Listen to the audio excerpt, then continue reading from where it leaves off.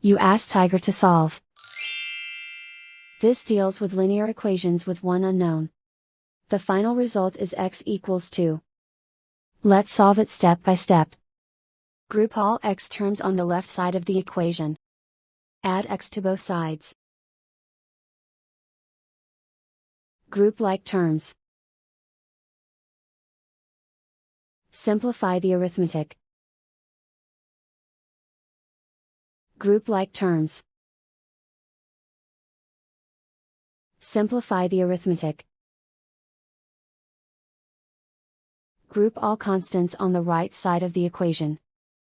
Add 5 to both sides. Simplify the arithmetic.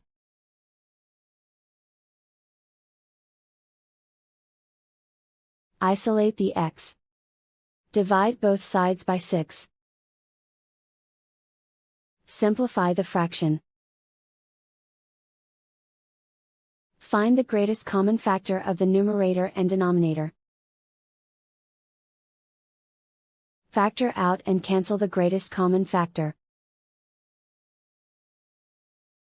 And so the final result is x equals 2.